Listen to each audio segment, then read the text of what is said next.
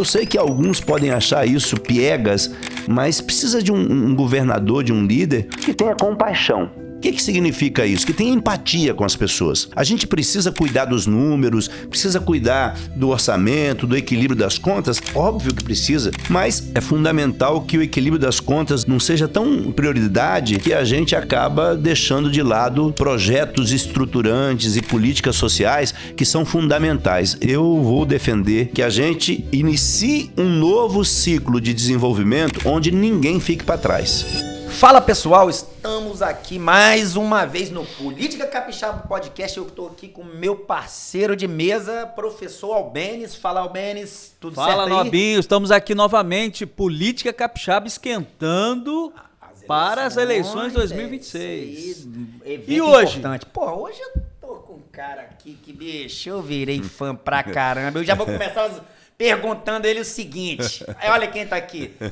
Helder Salomão, meu irmão, como é que você tá? Tudo bem? Tudo bem, quero saber. Bem-vindo, Helder, obrigado. Quantos quilômetros você correu esse mês? Me fala agora.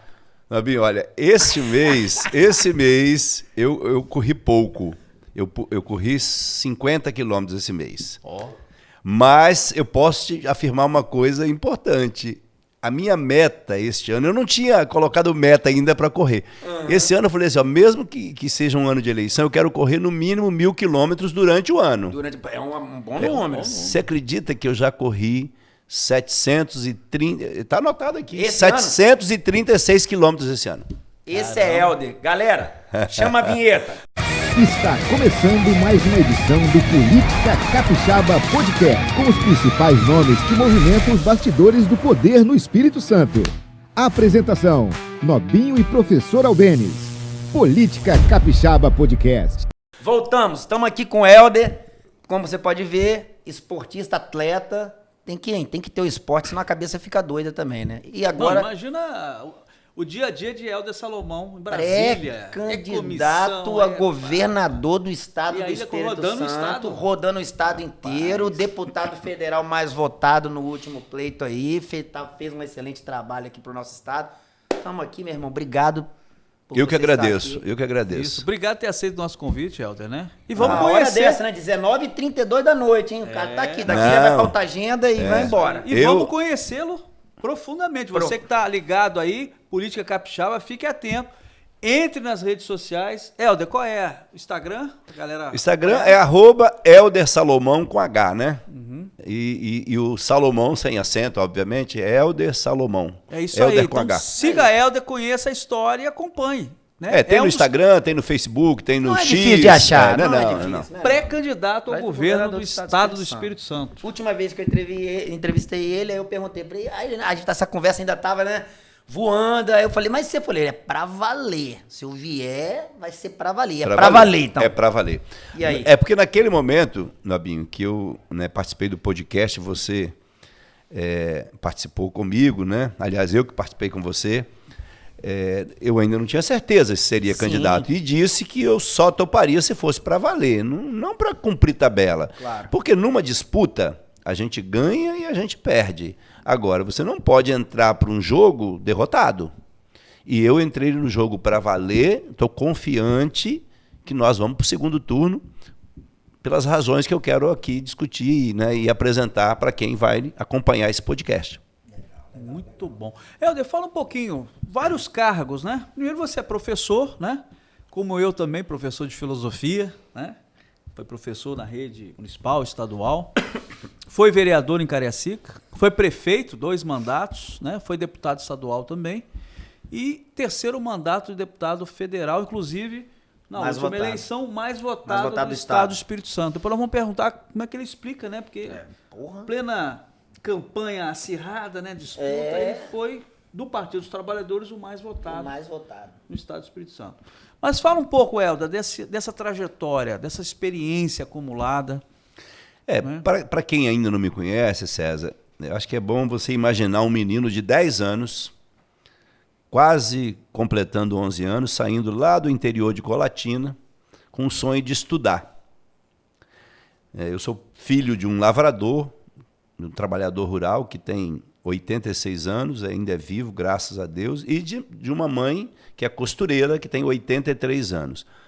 Aliás, minha mãe acaba de passar por um momento difícil, ela teve um AVC hemorrágico, mas graças a Deus fez a cirurgia e está em fase de recuperação, já está em casa. Eu vim para cá para estudar, fui morar em Cariacica, estudava de manhã, trabalhava à tarde, sempre com o sonho de que o estudo pudesse me possibilitar entrar no mercado de trabalho, crescer, ter meu emprego e poder contribuir de alguma maneira, né, com a sociedade. E aí eu iniciei minha participação na igreja, no grupo de jovens, da Pastoral de Juventude, Associação de Moradores, e isso acabou me levando a pensar sobre a importância da política. Eu nunca pensei em ser candidato a nada, mas acontece que os próprios membros da comunidade diziam assim: Helder, você tem potencial. Não é que eu acabei acreditando nisso? E fui candidato a vereador em 92. Fui eleito vereador de Cariacica. Né? Naquela eleição, o oitavo, eram 21 vereadores, eu fui o 8º vereador mais votado do município. Foi na primeira? Na primeira. Porra. E eu acabei fazendo uma coisa interessante, assim, né? Para muita gente, estranha também. Eu não disputei a reeleição, porque eu queria estudar mais, né? Eu já era formado naquela época, mas eu ainda não tinha especialização na área de educação, que é a minha área. Aí eu falei, eu quero estudar um pouco mais. Aí não disputei a reeleição, mas acabou que a própria dinâmica da política me levou a ser candidato novamente. Aí eu fui candidato a deputado estadual em 98, perdi a eleição, e fui candidato a prefeito de Cariacica em 2000 e perdi a eleição. Perdi 2 eleições seguidas, mas disputei depois a eleição de deputado estadual em 2002, fui eleito, depois prefeito de Cariacica em 2004, reeleito em 2008 e agora 3 eleições para deputado federal, e na última eu fui o deputado federal mais votado. Nesse intervalo, assim que eu saí da prefeitura, eu acabei assumindo por 1 ano e 2 meses a Secretaria de Estado de Assistência Social e Direitos Humanos. Fui secretário de Estado. E tem uma coisa curiosa, porque eu terminei os 8 anos de mandato, como eu sou professor, naturalmente, eu vou voltar para a sala de aula, né? E assim que eu deixei a secretaria, eu voltei para dar aula, e eu entrei na sala de aula e os alunos, ué, prefeito, o que você está fazendo aqui? Falei, não, mas eu não sou mais prefeito. Rede municipal? Rede municipal e rede estadual. Já trabalhei também na rede privada, já fui professor no Salesiano, no Sacré-Cœur, no antigo Colégio Campo Grande, né, rede privada, mas aí eu entrei na sala de aula e falei, ué, prefeito aqui na sala de aula? Eu falei, não, eu não sou mais prefeito, eu sou professor. Então, assim, foi interessante também o meu retorno, porque, assim, eu falei, qual o problema? Eu falei, o prefeito já passou, agora eu estou aqui como professor. E trabalhei, né, durante um tempo novamente na sala de aula, mas como eu me elegi deputado federal, eu tive que me afastar, porque quem é professor, quem é deputado federal, ou estadual, ou prefeito, não pode exercer outro cargo, né? Só o vereador que permite, se houver compatibilidade de horário. Se o horário de sessão for no horário diverso do horário da sala de aula, você pode exercer o mandato. E aí, na última eleição, foi uma surpresa para muita gente eu ter sido o deputado federal mais votado do Estado. Uma campanha sem muito dinheiro, campanha modesta, num Estado, né, muito polarizado, onde o presidente Lula não ganhou a eleição, né, ele teve 40% e quase 43% dos votos. E as pessoas, mas como que o Helder ganhou uma eleição sendo o deputado federal mais votado? Eu acho que tem algumas explicações, né? Tem o meu trabalho, a minha trajetória, e tem, assim, uma coisa que eu prezo muito na vida, que é a coerência. E eu tenho uma outra característica que eu acho que me ajuda muito. Eu sou uma pessoa, um político que tem posições muito firmes, mas eu tenho flexibilidade. O que significa isso? Eu não sou uma pessoa extremista. Eu não gosto daqueles que se posicionam achando que são dono da verdade. Eu ouço todos os lados. Isso significa que eu tenho que mudar de lado, que mudar de opinião? Se me convencerem, sim, mas necessariamente não. Então eu tenho capacidade de diálogo e pude exercitar isso ainda mais quando eu fui prefeito, porque quando você é prefeito, você tem que se relacionar com a Câmara, com a sociedade. Imagina, Cariacica, né? Cariacica, município grande, um município que estava nas páginas policiais. E até hoje o povo de Cariacica vai fazer 14 anos agora no final do ano que eu deixei a prefeitura. Até hoje, muita gente em Cariacica, Nobinho e César, falam Cariacica é uma antes do Hélder e outra depois do Hélder. Eu já ouvi isso. Nós fizemos muita coisa naquele município. E Cariacica hoje tem um crescimento devido a essa mudança, essa virada de chave que foi a nossa administração. O PIB de Cariacica hoje se aproximando do PIB de Vitória. Porque a cidade ela criou uma dinâmica de desenvolvimento econômico e a época eu trabalhei negócios, né? Atrair negócios, especialmente micro e pequenas empresas. E eu fui descobrindo depois que quando você tem uma boa rede, uma rede estruturada de micro e pequenas empresas, isso atrai o interesse das médias e grandes empresas, porque elas precisam se relacionar com os pequenos, com as médias, por causa de fornecer, né, insumos, de ter alguém que possa, sabe, dizer assim, olha, esse é um ambiente favorável.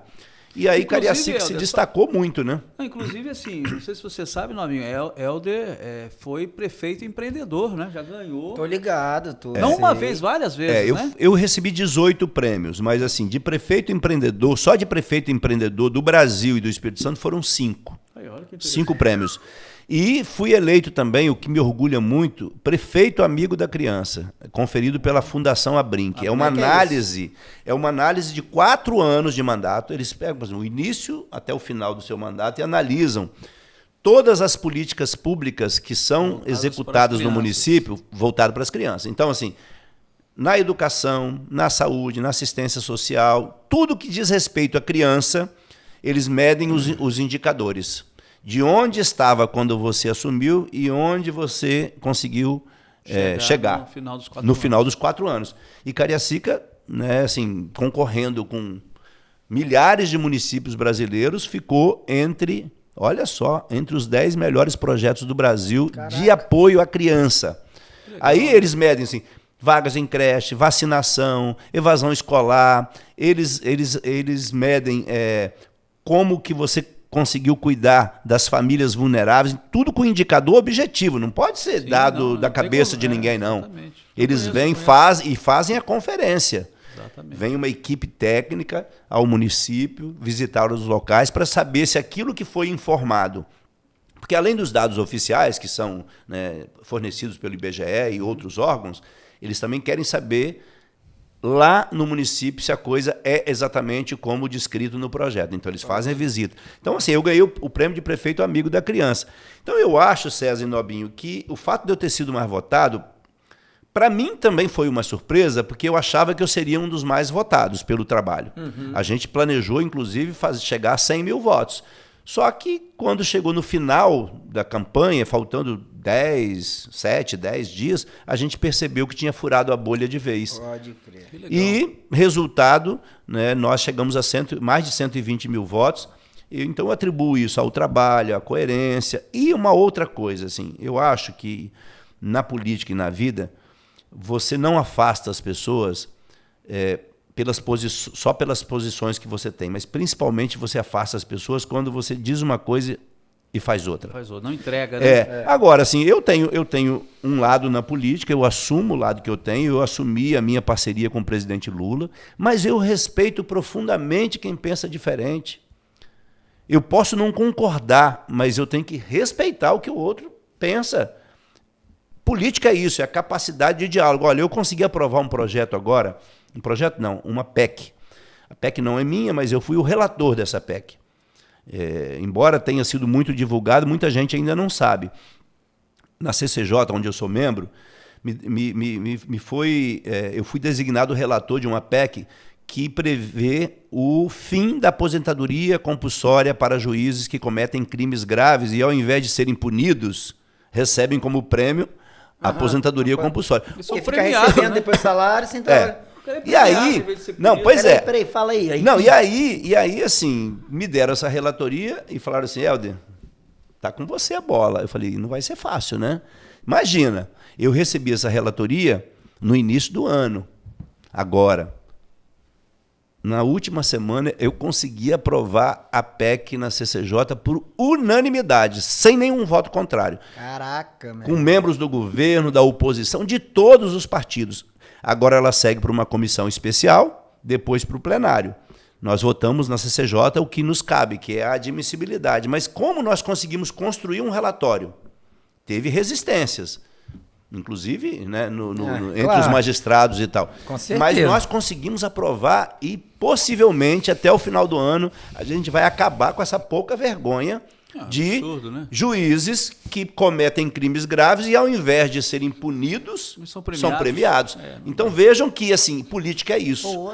A gente ter a capacidade de dialogar e buscar consensos. Nem sempre isso é possível, tá, gente? Nem sempre. Porque é próprio, né, da democracia, né? A gente está falando de um país recente, que tem um período pequeno de democracia, né, comparado com outros, mas que tem avançado, né, desde a Constituição de 88, né? Sim. E aí com todas as políticas públicas construídas, né? Inclusive assim, o potencial da minha pré-candidatura ao governo agora é porque o meu nome consegue furar a bolha.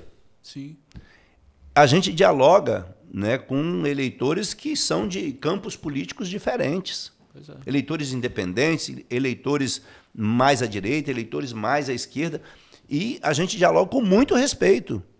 Eu não tenho nenhum problema de ter pessoas próximas a mim que pensam diferente de mim. O que eu geralmente não gosto é quando a pessoa não sabe o limite, né? O respeito que tem que ter. Acho que o respeito então, assim, é o principal, né, bicho? Exatamente. E assim, eu acho que essa trajetória minha, ela é uma trajetória que se encaixa bem no momento do Espírito Santo.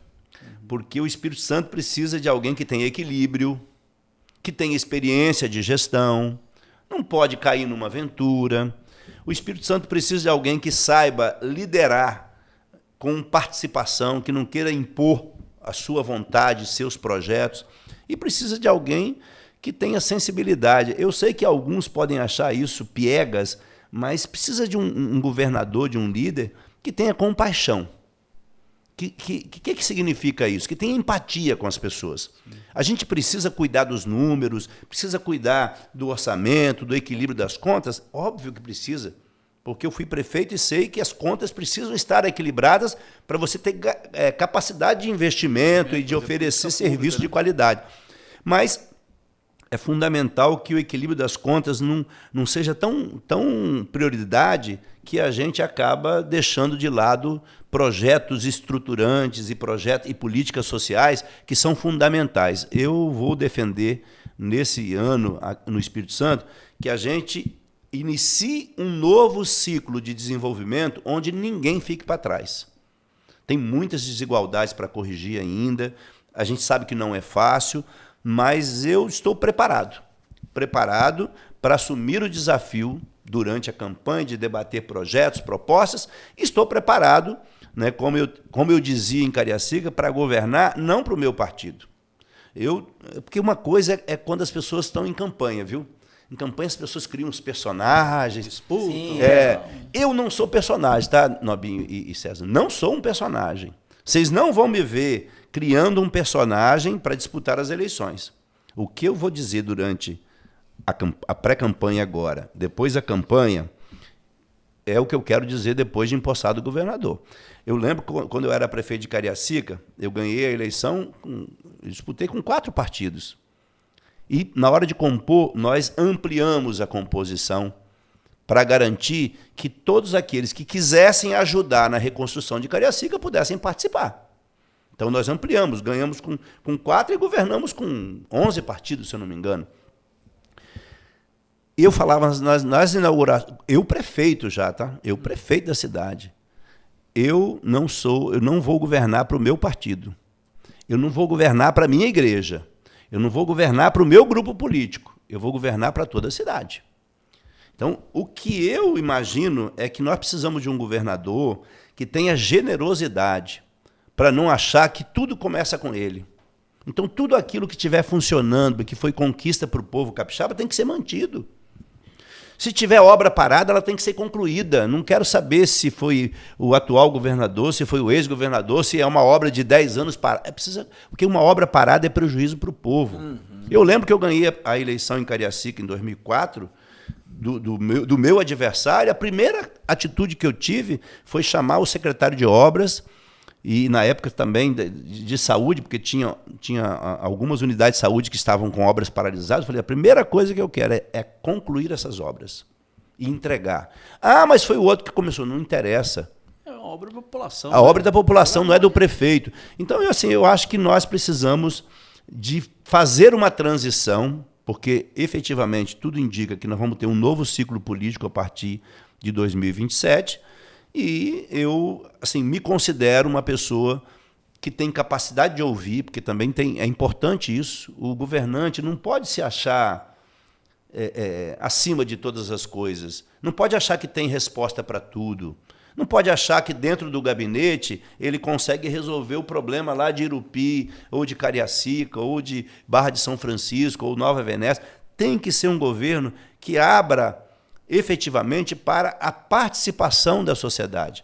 Eu acho que nós tivemos muitos avanços aqui no Espírito Santo, mas eu ainda avalio que nós precisamos de um modelo de gestão, de governança, que efetivamente garanta mais espaços institucionais para as pessoas falarem das suas dores e das suas propostas. Porque tem muitas dores ainda. Eu estou vendo algumas avaliações aí que mostram que segurança e saúde são os dois principais problemas do povo capixaba ainda. Ah, mas teve melhorias? Claro que teve, não estou dizendo que não teve. Mas quando você conversa com uma mãe, ela vai dizer assim, Helder, eu fico inseguro quando meu filho sai de casa ou minha filha sai de casa, pega o ônibus, vai para a escola, nesse trajeto da ida para a escola, da escola está em casa, eu fico insegura. Então, você imagina a dor dessa mãe, né?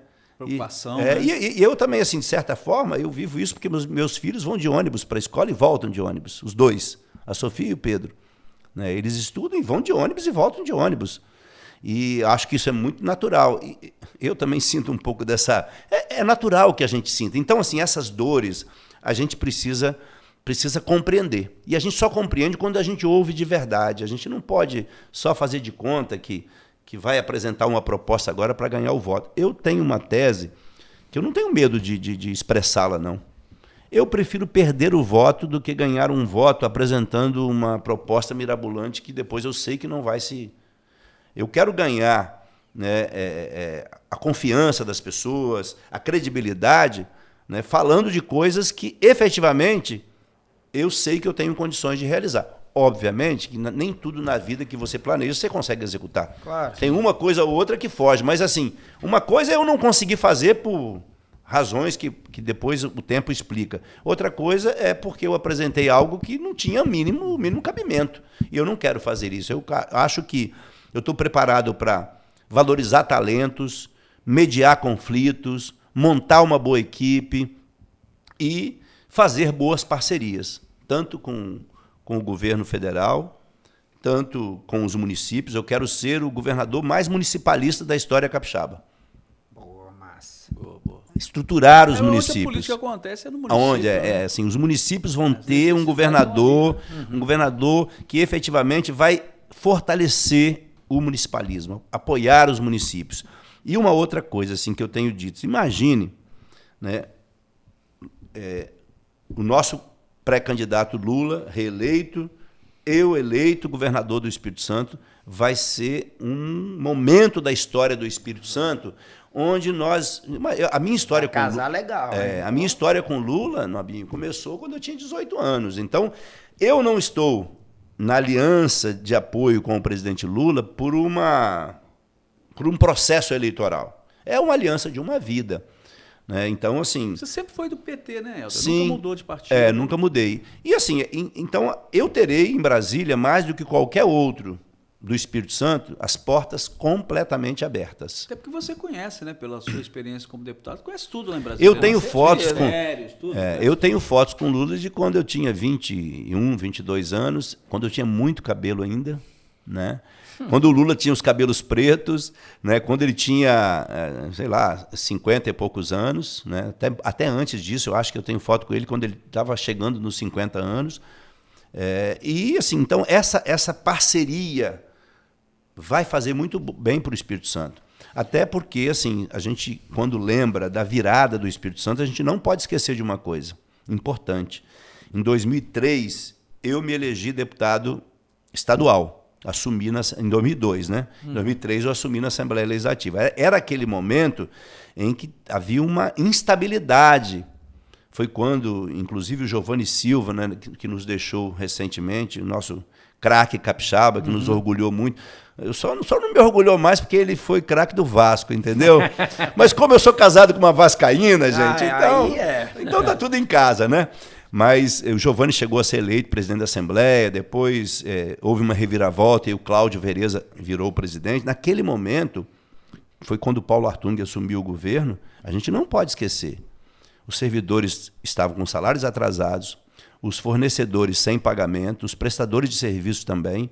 E o Lula, em 2003, no primeiro ano, antecipou 320 milhões de royalties de petróleo, o que viabilizou, naquele momento, as finanças capixabas. Então, veja que o presidente Lula fez e está fazendo pelo Espírito Santo. Foi um dos presidentes assim da história do Brasil que mais fez pelo Espírito Santo. Eu só lembrei dessa coisa dos royalties porque isso está na origem da virada que o Espírito Santo deu. Pode crer. O Lula podia ter dito assim, não vou liberar os royalties. O governador, à época, ia passar aperto, porque ele estava com tudo atrasado. Né? Sem tirar os méritos da administração estadual, mas aquilo foi fundamental. Sem dúvida. Helder, deixa eu te perguntar uma coisa, que é uma coisa que a gente vê aí no mercado político, né? Inclusive houve aquela dúvida se vem ou não vem. Pô, o cara vai largar o mandato de deputado federal, uma reeleição certa, né? A votação que você teve, para vir candidato ao governo. Como é que foi? Não foi fácil essa decisão, né, Helder? Porque, pô, você foi o cara mais votado. Pô, se você quiser, pela lógica, você fala assim, não, vou ser deputado federal, garantiu. Boa. E você vem para candidato ao governo, que pode ganhar ou não, né? Como é que foi? Foi decisão fácil de casca grossa, hein? Ó, foi só você? Eu lembrei agora, com essa pergunta, eu lembrei de Guimarães Rosa. Guimarães Rosa diz que a vida é assim, né? Uma hora está quente, outra hora está frio. Outra hora aperta, outra hora frouxa, inquieta, desinquieta, mas o que ela quer da gente é coragem. Verdade.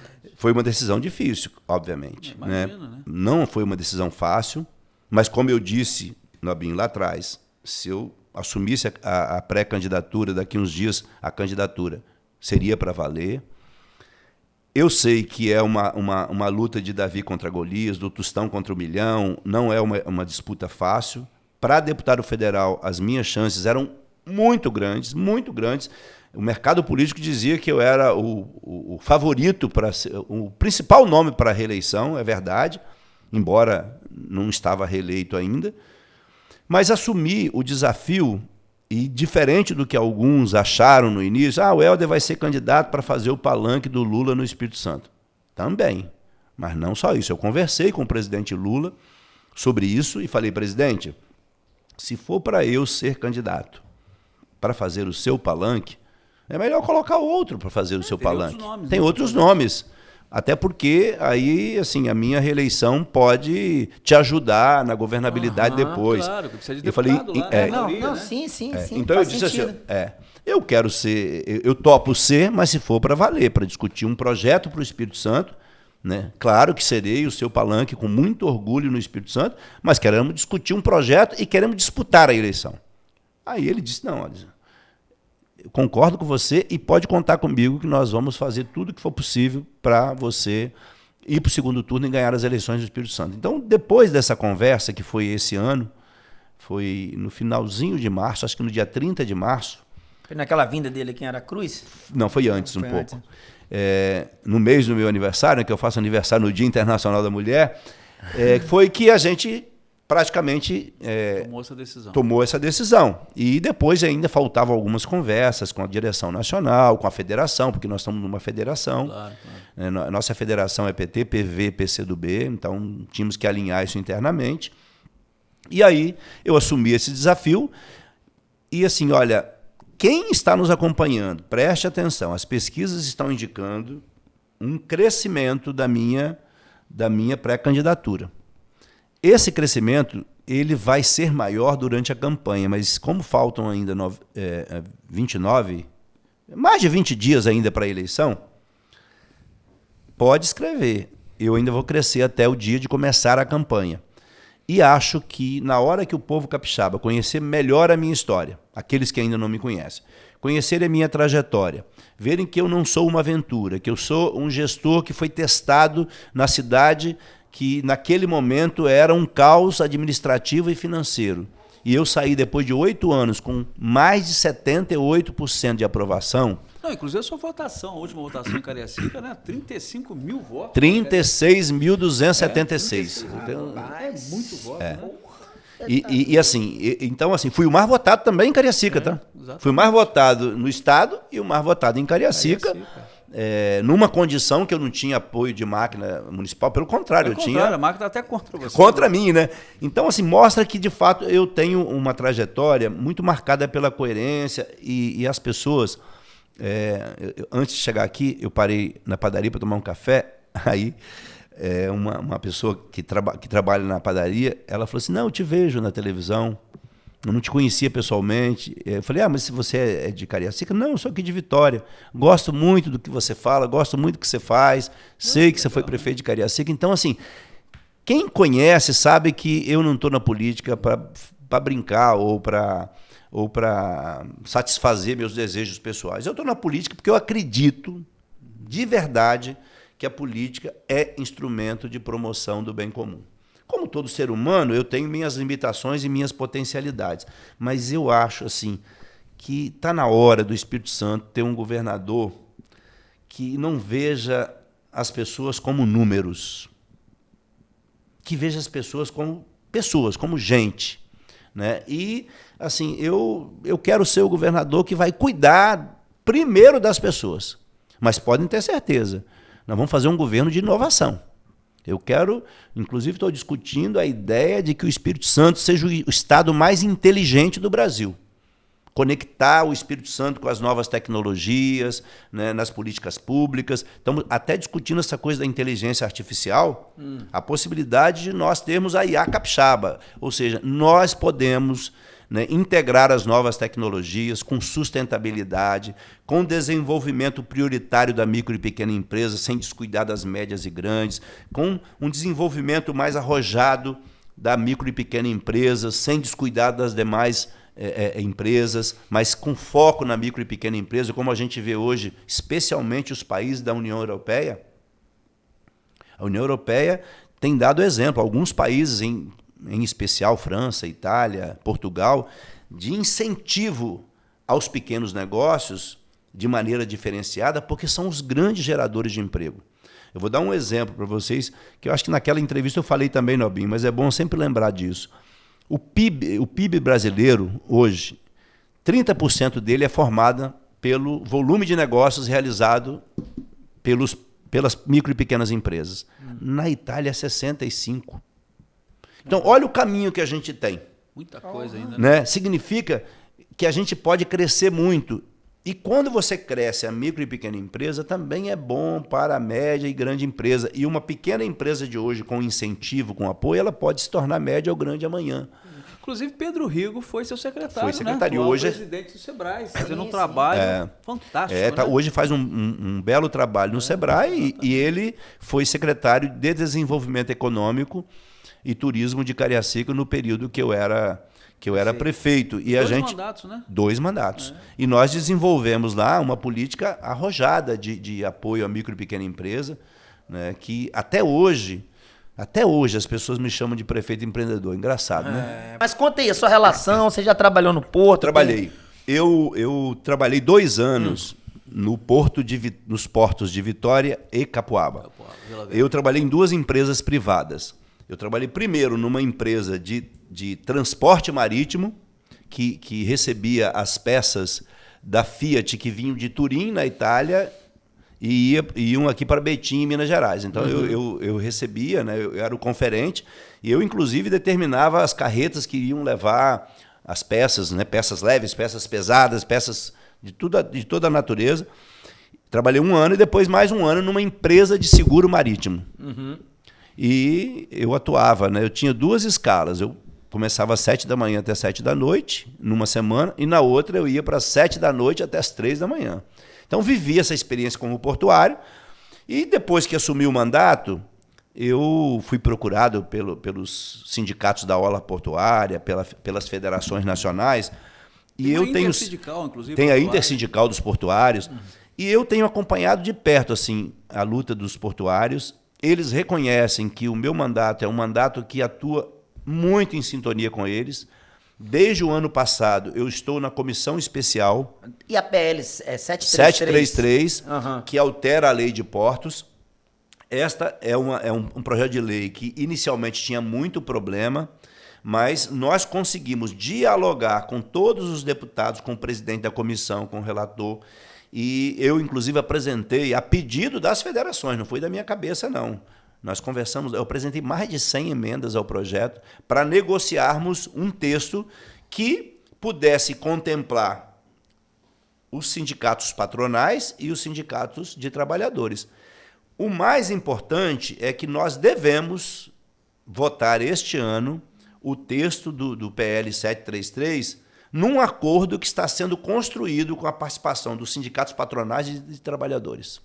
Ou seja, nem tudo aquilo que os sindicatos patronais querem e nem tudo aquilo que os sindicatos dos trabalhadores querem. Estão buscando convergência e o meu papel lá tem sido de dialogar para que a gente faça os dois lados. Negociação é isso. Claro. E nós estamos avançando, eu acredito que nós vamos votar um texto equilibrado que vai ser bom para o sistema portuário brasileiro.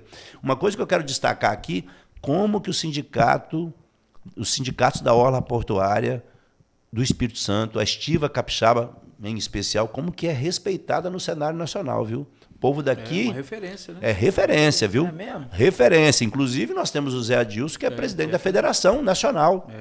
E eles são muito respeitados. Então, é bom. E eu, assim, como... Não é porque sou ex-portuário, nem fui ex-portuário, porque eu trabalhei no Porto, mas eu trabalhei em empresas privadas, então eu não tinha ligação com a Codesa na época. Mas eu, como deputado que representa, né, os interesses dos portos capixabas, dos portos brasileiros, que são importantes para o comércio. Claro. Né? Nós temos vocação. Pelo amor de Deus. Vocação para o comércio exterior do Espírito Santo. Eu sei a importância que os portos têm. Eu tenho ajudado muito. Estamos combinando aqui, na campanha, aí vamos chamar você, os demais. Claro. Inclusive os pré-candidatos ao governo. Estão convidados. Não foge não, hein? Vem pra cá. Tem mais um aí na lista, né? Tem mais dois que tem que vir, né? Não, tem mais dois, mas um já, o Pasolini já falou que Ferraz. Estamos aguardando vocês aqui, hein? É isso aí. Depois nós queremos fazer uma outra já na campanha para você falar do plano de governo e tal. Mas a gente queria agora o seguinte: quem é Helder Salomão fora da política e tal? O que você gosta de fazer? Primeiro fala da sua idade, é casado, quantos filhos, e o que você costuma fazer? Correr? Escritor. Não, é de tudo, escritor, né? É de também. tudo, né? Tem 10 livros, cara, de poesia. Vai sair mais um? Depois aí uma inspiração dessas experiências? Já tem mais 2 no forno. Já tem... Porra! Vai para 12. Caraca, top. Olha bem, gente, eu assim, Quantos anos você tem, Helder? Eu tenho 62 anos. Tá 62. Novaço. 62 anos. Como eu falei, eu tinha 10 anos quando eu vim de Colatina para cá, embora eu sempre gosto de frisar que onde eu nasci não é mais Colatina, é Governador Lindenberg, porque à época o distrito de Governador Lindenberg pertencia a Colatina. E assim, foi o último município a ser emancipado. Depois de Governador Lindenberg, que foi em 98, nenhum município mais foi emancipado no Espírito Santo. E nenhum distrito, né, foi emancipado. Eu gosto muito de música, assim, sou apaixonado por música. Assim, adoro que tipo música. De música. MPB? MPB, mas eu gosto, por exemplo, ontem eu ia no show do Nazaré e não fui porque eu tive imprevisto, mas assim, eu gosto de música internacional também, mas assim, eu sou muito fã de música popular brasileira, muito fã. E gosto também de música capixaba e valorizo. Nós temos talentos importantes aqui no estado. Ontem rolou Lordose para Leão. Lordose para Leão, Pô, das antigas. Das antigas. Caraca. Eu já assisti show de Lordose e tal. Muito bom. Eu gosto muito de ler e de escrever. Então, nos últimos... o primeiro livro foi em 14. Nos últimos 12 anos, olha só, em 12 anos eu estou escrevendo. Assim, como eu vou fechar isso? Eu devo fechar 12 livros em 12 anos. Pô, doideira, hein? Maneiro. Não, E o estilo é o quê? Poesia? Por enquanto, poesia, mas eu só escrevi poesia por enquanto. Quer dizer, teimosia, né? Não é bem poesia, mas é uma... Eu não sou poeta, eu sou teimoso. Mas eu tenho dito que, assim, que escrever para mim tem sido muito bom. Porque, na medida que você escreve, você se conhece mais. Né? Eu estou, talvez, tentando fazer aquilo que Sócrates disse, né? Que o grande desafio do ser humano é conhecer-se a si próprio, né? Conhece-te a ti mesmo. E ao escrever, você se conhece mais. Eu até vou lançar um livro chamado Minhas Viagens, que não é só as viagens que eu faço daqui para Colatina, daqui para outro país, daqui para outro estado, não. As viagens que eu faço para dentro de mim. Entendi. As viagens para fora e para dentro. O Sebastião Salgado, que nos deixou recentemente, ele diz que as mais importantes viagens que ele fez foi para dentro dele mesmo. Verdade. Né? Então, assim, eu trabalhar um pouco essa ideia das viagens. Eu gosto muito de escrever e gosto de tocar um violão. Só que... Você arranha? Isso também. Só que... Você arranha ou toca? Não, mesmo? arranho muito. Não, arranho pouco, quer dizer, né? Eu não sei tocar, não. Mas eu faço um barulhinho, né? Gosto de escrever algumas letras de música, assim, também, mas assim... Não, é mais fácil perguntar para ele do que ele não faz. Não. Gosto de correr. Né? Correr é meditação, né? Dá para dar uma... Meditação. E Dá lá em uma Brasília, pensada. não rola um futebol, não, entre os deputados? Não tem, a galera não joga um... Alguns jogam futebol lá, mas eu já tenho um tempo que, assim, eu nunca fui bom de bola. Meu irmão chegou a fazer teste na Desportiva, à época, passou, depois não quis continuar. Os meus irmãos... eram bons de bola, os dois. Né? Eu era um jogador mediano, assim. Né? Eu não era nem Messi e muito menos Mbappé. Eu ficava aí. Não, mas eu não era perna de pau também não, tá? Mas eu gostava. Engraçado que eu estava em Cachoeiro domingo, sábado, no pré-lançamento que nós fizemos da candidatura, aí o Jorge, que hoje estava no culto ecumênico dos portuários, e ele estava lá em Cachoeira. Aí ele falou assim, ele se apresentou como pré-candidato a deputado estadual. Ele falou assim, eu quero dizer uma coisa para vocês sobre o Helder que vocês não sabem. Eu lembro do Helder jogando lá no CEUB, no Siderúrgico, lá em Bela Aurora, em Cariacica. Esse cara já jogou bola. Era um bom meio de campo. Falei, olha, isso não exagera não, porque aí daqui a pouco vai chegar gente dizendo que não era bem assim. Mas é verdade, eu joguei, né? Joguei bola e tal, mas eu não era nenhum craque, não. Mas também, como eu disse, não era perna de pau. Eu era um jogador mediano e gostava muito de jogar bola. Hoje, eu, assim, até por uma decisão para cuidar da saúde, para cuidar de mim também, porque a política é muito desgastante, né? Não tem muito, hora, não exige, a gente tem que viajar para o interior, vai para Brasília, volta, vai para o interior. Essa semana mesmo eu fui a 8 municípios, semana que vem mais 10 municípios. Caramba. Então a gente anda muito. Então eu elegi para mim uma prioridade e estou sendo disciplinado. Estou fazendo academia, né, para melhorar um pouco a minha capacidade muscular, e estou também praticando uma coisa que eu sempre gostei, que é corrida de rua. Eu já fiz isso quando eu era mais novo, durante 7 anos seguidos, ou mais, eu corria 5, 6 vezes por semana. Depois parei, por causa da atividade profissional, política, e agora eu elegi para mim assim, agora não tem horário, tá? Eu corro de manhã, às 6 da manhã, às 5:30 da manhã, eu corro à noite. De noite. Se não tiver condições de correr de manhã, eu já cheguei na academia 9:30 da noite. Porque assim, se eu ficar dependendo de horário, eu tenho problema. Porque aí eu não consigo manter regularidade. Mas de noite é mais difícil, não acha, não? Eu acho, mas eu não tenho problema para dormir, não. Vence isso. Entendi. Isso não me atrapalha a dormir. Outra coisa que eu tenho feito, eu vou para o interior, a semana que vem, eu levo o calção, camisa, tênis, a meia. Aí, por exemplo, eu vou dormir em São Mateus. Acordo cedinho no outro dia, 6 da manhã eu estou fazendo a corrida, de 6 às 7, chego no hotel, tomo banho e 8h30 já estou no primeiro compromisso. Eu faço isso no interior. Eu fiz isso em São Mateus já umas 2, 3 vezes, em Itarana, fiz isso em Cachoeiro, fiz isso em vários municípios aí Caraca, em Ecoporanga. Então tem uma disciplina legal. Tem que ser, porque assim... Senão não cumpre, né? Senão não cumpre. Faço, Agora, César, não é tem fácil. Que entrar nessa, cara. Eu tenho que entrar, cara. Você tem que entrar nessa. Não é só disciplina, estudar, né? não, rapaz. É verdade. Não, e melhora. Melhora promessa para 2027. Ó, vou te cobrar, hein? e não melhora só o condicionamento físico, não. Melhora a disposição. Não, com Né? certeza. E assim, eu acho que eu fiquei bastante impactado há uns 2 anos, 3 anos, quando eu vi um vídeo do Drauzio Varela falando sobre sarcopenia, que sarcopenia é um palavrão, né? Mas que significa a perda de massa muscular. Sim. E ele disse que a ciência já provou que a partir dos 30 anos você começa a perder massa muscular. Devagarzinho, você não vai percebendo.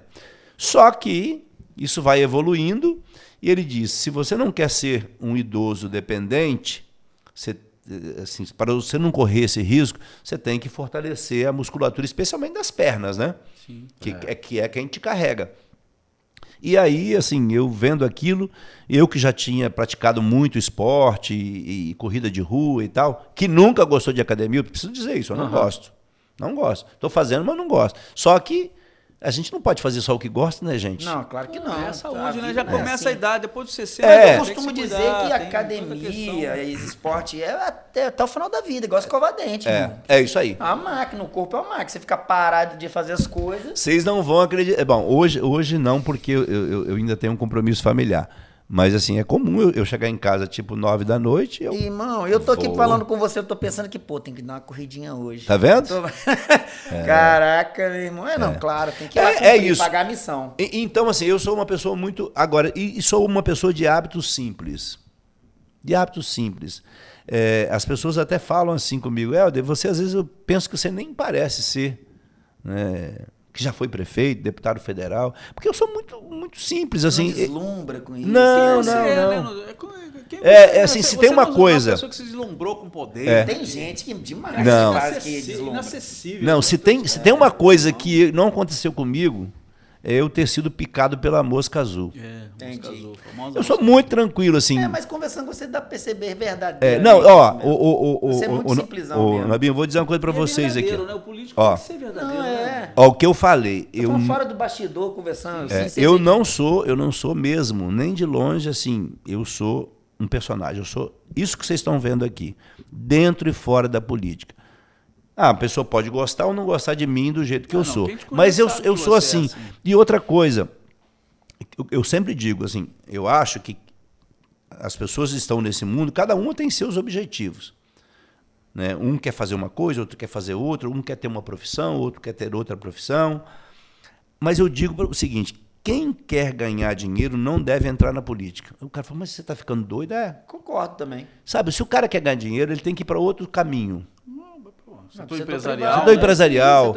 Entendeu? Assim, olha, eu acho que a política é o lugar do serviço.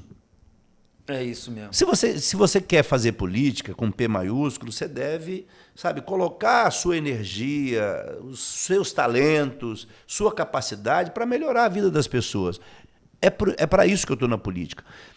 Assim, quando eu falo, tem gente que fala assim, você errou, mas eu não acho que errei porque também eu não me prendo. Você me perguntou lá atrás, né, sobre por que eu decidi não ser candidato à reeleição. Eu não me prendo a cargos. Não me prendo mesmo. Tem gente que falava assim comigo, quando você sair da prefeitura, você vai sentir falta. Eu falei, bom, eu posso sentir falta da correria, mas assim, saudade do cargo de prefeito, porque eu tinha isso, tinha aquilo. Nada. Eu desencarno dessas coisas com facilidade.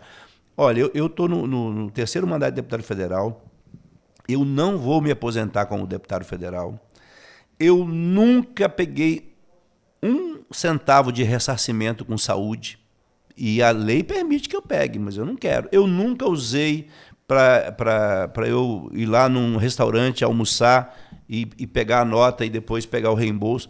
Isso é ilegal? Não, porque a lei me permite. Mas eu não quero fazer isso, porque eu tenho salário para isso. Entendeu? Então, assim, amanhã eu não vou ser mais deputado federal. sei lá o que eu vou ser. Eu quero ser governador agora, né? E estou trabalhando para isso. Né? Mas estou que você está falando é um exemplo, né? Então, assim, se todo mundo fosse assim. E aí eu vou me aposentar como professor. Tudo bem, como professor eu vou ter um salário muito pequeno. Estou trabalhando, né, com perspectivas, já que eu não vou me aposentar como deputado e vou me aposentar como professor em 2 cadeiras, eu tenho que, no mínimo, me equilibrar, né, com uma previdência privada, alguma coisa que, né, com o salário que eu tenho, para eu poder, assim, viver com tranquilidade. Mas eu não tenho apego a essas coisas. Então, assim, como eu não estou nessa vida eu decidi que eu acho que eu daria certo como empresário, viu? Por que eu acho? Porque eu tenho veia empreendedora. Também acho, bicho. Só que eu decidi que eu quero mais servir do que... Então eu não vou enveredar por esse caminho. Aí eu acho que eu vou, depois que eu me aposentar, né, eu vou escrever mais livros, vou ler mais. Você é uma pessoa feliz. Cara, eu não... Pois é. Isso Lembrando aí é aqui, felicidade, né? felicidade. Por isso que é importante os nossos ouvintes conhecer bem os candidatos que nós vamos votar. Estamos aqui com o Hélder Salomão. Um bate-papo legal. Experiência política, né? Vários cargos. Exato. Tá aí para servir, mostrando que, na verdade, o que nós estamos fazendo aqui é mostrar a política. Para conhecer a figura, pô. Realmente que vão cuidar da cidade e cuidar das pessoas. Exatamente. Isso é você vai buscar aí, ó, Hélder Salomão com H, Hélder Salomão. Você vai digitar aí, você vai achar ele no Instagram, vai achar no YouTube aqui no nosso canal, que eu aproveito para você também pedir, ó, clica aí no sininho para compartilhar o vídeo. Gostou do Hélder? Passa para frente para outra pessoa conhecer, né, para tomar a sua decisão, né? E acesse o www.politicacapixaba.com.br. É isso mesmo? É isso aí. Acompanhe. Vamos ter aí várias entrevistas e já convidando o Hélder na campanha. Nós vamos fazer um programa para falar do programa de governo. É isso. Hélder, você quer adiantar alguma coisa? Casa. Você falou alguma coisa já, mas tem alguma coisa. Olha aqui, eu lembrei aqui, enquanto vocês estavam falando, eu falei essa história da felicidade, você falou de felicidade. No meu segundo livro, Janelas, eu, na verdade, escrevi um texto aqui falando... O nome do texto é Aprendendo Felicidade. Eu não vou ler tudo aqui, né? Embora seja pequeno, mas assim, eu estava numa viagem de férias, né, com minha esposa. Aí eu disse que eu tive uma breve conversa com o senhor João Paulo, que é taxista, que nos conduzia lá para o aeroporto. Aí, durante o trajeto de mais ou menos uns 20 minutos, aquele senhor simpático, cheio de sabedoria, a certa altura ele disse assim para mim, que não precisava mais trabalhar. O taxista tinha mais de 80 anos. Eu falei, olha, eu não precisava mais trabalhar, porque eu já tenho uma aposentadoria, que é uma boa aposentadoria. Ele disse que para ele era o suficiente para viver bem. Mas que ele fez a opção de continuar porque aquilo fazia com que ele se sentisse útil e feliz. Não era pelo dinheiro, era pela ocupação e tal. Aí, mais adiante, com voz serena e calma, ele disse, aí vou ler textualmente o que eu escrevi. A maior busca deve ser pela felicidade, e não precisamos de muito para alcançá-la. Então eu indaguei, mas do que precisamos para ter felicidade? Ele respondeu com voz pausada, revelando a experiência dos seus 84 anos. Para sermos felizes, meu filho, não precisamos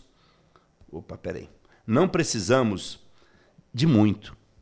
Basta darmos mais valor às coisas simples e pequenas da vida, fazer o bem aos outros e ter um pouquinho de dinheiro. Porque se a gente tiver muito dinheiro e se preocupar demais com ele, a felicidade vai embora. Vai embora. Rapaz, aí assim, balancei a cabeça, então afirmativo, e me calei por um instante, enquanto aquelas palavras enchiam o meu coração de alegria. E seguimos viagem até o destino. Então o senhor João Paulo, assim, naqueles 20 minutos, ele me deu uma aula, assim, sabe? Né? Dessa coisa da felicidade. Você sabe por que eu falei que você é feliz?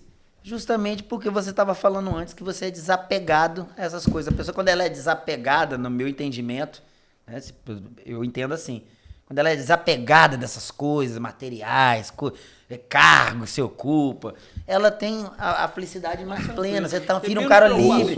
Não, você é desapegado. Porque você é pegado, você perde o negócio, você fica naquela constância de... gasta uma energia, você tá entendendo? E Nobinho, assim, e tem gente que tem tem muito dinheiro e consegue ser desapegado. Não, sim. E tem gente que não consegue, e tem gente que tem pouco também e é apegado também, sabe? Não, sim. Então, assim, o que eu acho? Assim, eu não sou contra quem quer dinheiro, pelo contrário, eu acho que cada um tem... E ter dinheiro, o seu João Paulo fala aqui, né? Tem que ter um pouquinho também, porque se você não tiver nada, meu cara, isso é difícil, né?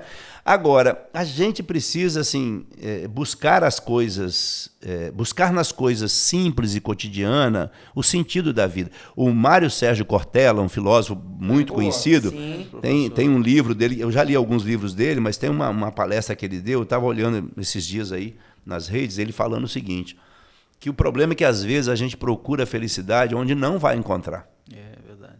Então, assim, ele falou, não tem problema você ter, você possuir, você querer, você desejar. Mas se você não encontrar o verdadeiro sentido da vida, fica um vazio. Você acha que aquilo, né? Olha, eu quero esse celular. Se eu conseguir esse celular aqui, eu estou feliz. Aí você consegue o celular, depois você vai ver que a felicidade não está só naquele celular. É isso mesmo. Filosofando, o Schopenhauer tem uma frase que eu acho fantástica, ele diz assim, que às vezes você tem a ânsia de ter e depois você tem o tédio por ter. Sim. Né? Você briga tanto, aí depois que você tem... Eu já senti isso. Porque não preenche, exato, né? Exato. Não preenche a gente, eu já senti isso já. Eu já tive vontade uma vez, eu lembro quando eu fui comprar um carro que eu tinha vontade de ter uma vez, assim, não vou falar qual é, mas assim, eu lembrava que eu queria ele, eu chegava a sonhar eu botando a mão no volante. Depois que eu tive, 6 meses depois, você não olha aquele carro com a mesma energia mais, você já quer outro, você já perdeu, a energia cai bruscamente. Né? Você adquire ali aquele negócio que você tem, almeja tanto, e daqui a pouco você não vê mais. E aí, traduzindo. Nele, ou seja, traduzindo isso para a política. Eu não quero o cargo de governador. Não estou em busca do cargo de governador. Não estou com desejo de sentar na cadeira de governador. Isso vai ser consequência de um trabalho. De um trabalho e de um resultado positivo na eleição. O que eu imagino é o seguinte, como eu fiz quando era prefeito de Cariacica, se eu ganho a eleição para governador, vocês podem ter certeza, a gente vai ter um governador com humanidade, com compaixão, com empatia, com capacidade de ouvir os aliados, mas, sobretudo, de ouvir os adversários. Né? E saber que, assim, os nossos cargos, eles passam. Cada um faz, né, bem ou mal, o que é possível no seu tempo. Então, eu, assim, já estou numa fase também que eu não tenho mais, assim, hoje, eu não tenho aquele desejo de ser, de ter, de querer disputar uma eleição para ganhar uma eleição e exercer um mandato. Não é por status, não é por sucesso, não é por poder. É porque eu acho que, assim, eu desenvolvi uma capacidade de inteligência emocional que me leva a ter um equilíbrio e a compreensão de que eu posso, sim, fazer a diferença no governo do Estado. Com uma equipe que tenha característica técnica e, ao mesmo tempo, política. Porque, às vezes, é uma besteira achar que só a equipe técnica resolve tudo. Não, na política a sua equipe precisa ter. Não é barganha de cargo que eu estou falando, não. Mas as pessoas precisam ter capacidade técnica e política. Claro, de resolver crises, né? De resolver exato. Sim, com certeza. Porque às vezes você tem um excelente médico, um excelente advogado, um excelente economista, um excelente pedreiro, um excelente carpinteiro, um excelente gari, um excelente professor, mas essa pessoa não tem muita facilidade de relacionamento com as pessoas. Exatamente. Você tem que ter alguém que saiba se relacionar, que saiba ouvir. Que gosta de gente. Que gosta de gente. Não pode ser assim, você vê um processo lá na prefeitura, eu sempre falava isso. Chegavam aqueles processos de 500, 1.000, 2.000 páginas.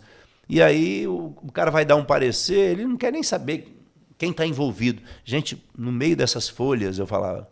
Tem pessoas. Né? Então, se você não tiver jeito de dar um parecer com fundamento, não dê. Mas não trate com desprezo, porque ao você negar, né, o benefício você está negando para aquela pessoa que precisa. Então a gente tem que ter esse olhar de humanidade. Não significa que nós somos santos, puros, não falo nada disso não. Mas, até porque todo mundo tem seus erros e a gente tem que corrigir os erros também, né? Sim, claro. O Jean Piaget, você deve conhecer bem, com certeza.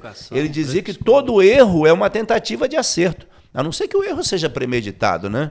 Mas a gente não deve punir o erro quando ele é um erro, digamos assim, bem intencionado. A pessoa errou porque quis acertar. Sim, sim. Por isso que na sala de aula a gente tem que ter cuidado, né? Para não reprovar o erro, assim, para não punir o erro como se fosse sempre algo negativo. Entendi. Se fosse assim, Thomas Edison não teria inventado a lâmpada. Quantas tentativas? Exatamente. Dizem que foram quase 1000 tentativas. Foram um monte, exatamente. Rapaz, Entendeu? que entrevista maneira, hein? Bate-papo com o Helder sempre é maneiro pra caramba. E nós estamos chegando já ao dúvida. finalmente, né? Então ao quase fim. 1 hora com o Helder Salomão. Helder, como é que tá a militância do PT? Que é diferencial. O PT tem uma militância querida, né? É um Que partido. vai pra rua. Como é que tá o PT sólido. no Espírito Santo com a sua candidatura? Tá animada? Animadíssimo. Você tem rodado, né? As tendências, os candidatos. Como é que tá? Como é que você tá vendo aí? Vamos para o pessoal vai mesmo para Vai.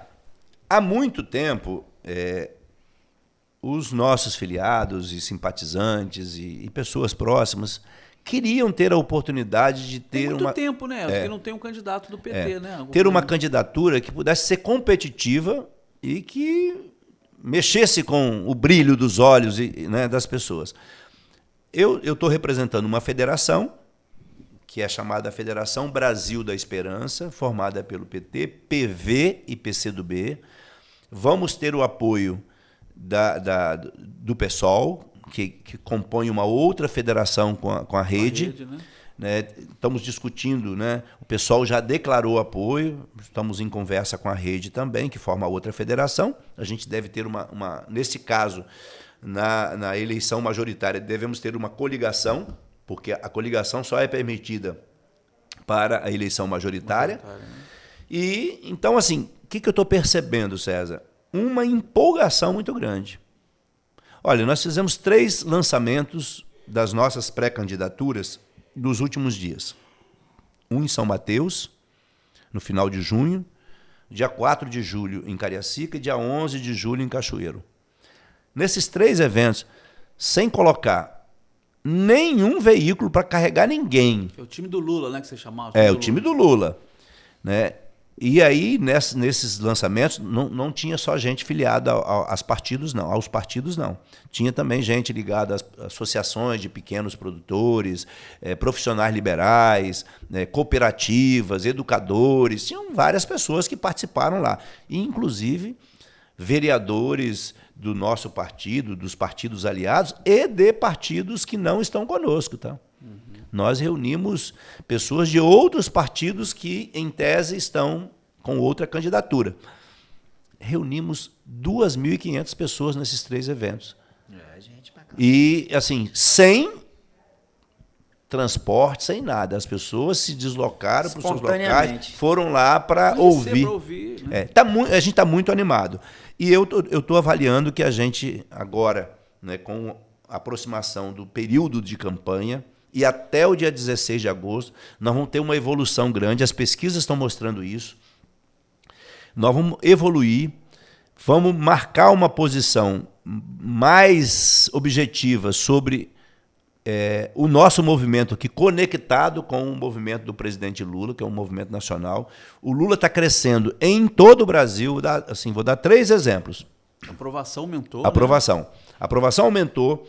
Em São Paulo, o Lula estava perdendo para o adversário, o Flávio Bolsonaro. Está empatado agora. O Lula estava perdendo no Rio, está 1 ponto na frente. E o Lula, né, estava perdendo feio no Espírito Santo e agora está empatado. As pesquisas, empate técnico. Um pouquinho atrás, mas com empate técnico já. Eu vi, né, pesquisas de alguns municípios e tal. Tem municípios que o Lula está na frente no Espírito Santo. Pode crer. Né? Inclusive municípios que o Lula teve um desempenho fraco em 2022 e agora a diferença é de 4 pontos só, 5 pontos. O Lula perdeu por 20 pontos em 2022 e agora está para 4, 5 pontos. Então esse crescimento do Lula também nos ajuda. Né? eu serei o único candidato que poderia dizer no Espírito Santo que tenho ligação política, tenho ligação com o projeto liderado pelo presidente Lula. Os meus adversários, aliás, estão disputando lá o outro perfil de eleitorado, né? O ex-prefeito de Vitória declarou apoio ao Flávio Bolsonaro. Né? Fica difícil explicar mãos limpas com uma ligação como essa e com raposas políticas do Espírito Santo. Vai ter que se explicar durante a campanha. Né? Tem ônus, tem bônus, mas também tem ônus. Né? E o atual governador que está buscando entrar nesse eleitorado de direita. Então eles vão se galfinhar por lá. Eles vão se dividir por lá e eu vou, né, trabalhar com eleitores da esquerda, do centro, da centro-esquerda, de centro-direita, eleitores independentes, eleitores da direita que estão dizendo que vão votar em mim. Então, assim, eu dialogo, eleitores da direita que prezam pela democracia, né? Vamos separar aqui, porque tem gente aqui. Radical. Não. Então, assim, tem muita gente que está disposta a nos ouvir, a conhecer melhor a minha trajetória, a conhecer melhor nossas propostas. Nós estamos concluindo agora o documento final do programa de governo. A discussão começou em novembro, nós fizemos 18 reuniões estaduais, fizemos várias rodas de conversa com educação, saúde, meio ambiente, cultura, mobilidade urbana. Então, nós vamos apresentar um projeto bastante objetivo e muito consistente. E eu acho que nós vamos chegar aí à mente e aos corações dos capixabas, e eu tenho tudo. A última pesquisa mostra que eu cresci 5 pontos, né, de maio para cá, então eu estou em ascensão. Eu quero chegar no dia 3 de outubro com pelo menos 32% do eleitorado conosco, e assim a gente ir para o segundo turno. E indo para o segundo turno, vocês se preparem, porque eu quero voltar aqui como um candidato fortíssimo para disputar a eleição de governador do Espírito Santo. Tá mais do que aberta a porta. Que beleza. Helder, rapaz, muito bom. Encerramos. Você que acompanha o nosso programa, acompanhe redes sociais para saber mais, acompanhando aí. Helder Salomão tá com H, Helder com H, Salomão, fácil de achar, nosso amigo aqui. E uma última questão para os nossos ouvintes, para os nossos eleitores. Muitos estão indecisos, a maioria está indecisa. Isso. Tem muito Ninguém voto sabe aberto. ainda quem vai votar. Qual o recado que você dá, então, Helder, para o pessoal aí? Para encerrar. Para encerrar. Bem, olha, para você que ainda não está ligado, né, na campanha eleitoral, nós estamos ainda vivendo as finais da Copa do Mundo, estamos ainda no período de pré-campanha. Eu quero uma oportunidade. Eu quero me apresentar para você, capixaba, e dizer que eu estou à disposição para conversar com você sobre o presente e sobre o futuro do Espírito Santo. Acompanhe minhas redes, procure saber quem eu sou, procure saber como foi a minha história como prefeito de Cariacica, reconhecido até hoje como um prefeito empreendedor, né? Procure saber sobre as nossas propostas que serão registradas no TRE, na Justiça Eleitoral, né? Conheça a nossa trajetória. Como eu disse aqui durante a entrevista, eu quero governar o Espírito Santo para servir ao povo capixaba. Não tenho nenhum desejo pessoal de ser governador, mas eu represento um projeto junto com o presidente Lula, que será meu apoiador número 1 aqui no Espírito Santo. Eu quero ser um governador que vai ter as portas abertas em Brasília para nós trazermos para o Estado investimentos estruturantes em todas as áreas. Não é pouca coisa, viu? O Espírito Santo tem um governador que vai poder, né, chegar em Brasília e vai encontrar as portas abertas para os pleitos dos nossos municípios. E uma outra coisa, eu quero ser governador do Espírito Santo para ser o governador mais municipalista da história do nosso estado. Fortalecer os municípios.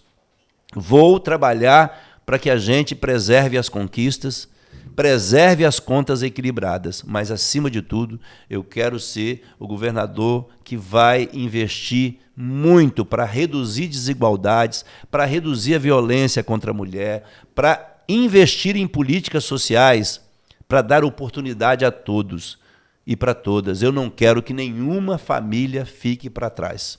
O que eu quero é que todos sejam alcançados pelo desenvolvimento. E se esse Estado já é motivo de orgulho para todos nós, com um governo de participação social, com um olhar humano, colocando as pessoas no centro das políticas públicas capixabas, nós vamos ainda gostar ainda mais do nosso Estado. Nós vamos sentir ainda mais orgulho.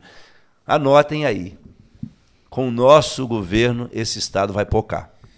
Pode ter certeza. Show de bola, falou e disse. Muito legal. Helder Salomão com H, Helder com H, não esqueça. Acompanhe na rede social. É isso, pessoal. Quero agradecer você que está assistindo até agora. Compartilhe o nosso vídeo, aperta no sininho para receber novas entrevistas. Helder, muito obrigado pelo seu tempo. Meu irmão, toca aqui. Você é massa pra caraca. Helder, boa sorte, boa caminhada. E vamos te acompanhar. Obrigado. E mais à frente, esperamos você. Politicacapixaba.com.br. Valeu, pessoal. Obrigado, Nabim. Obrigado, César. Valeu, Helder. Valeu. Valeu.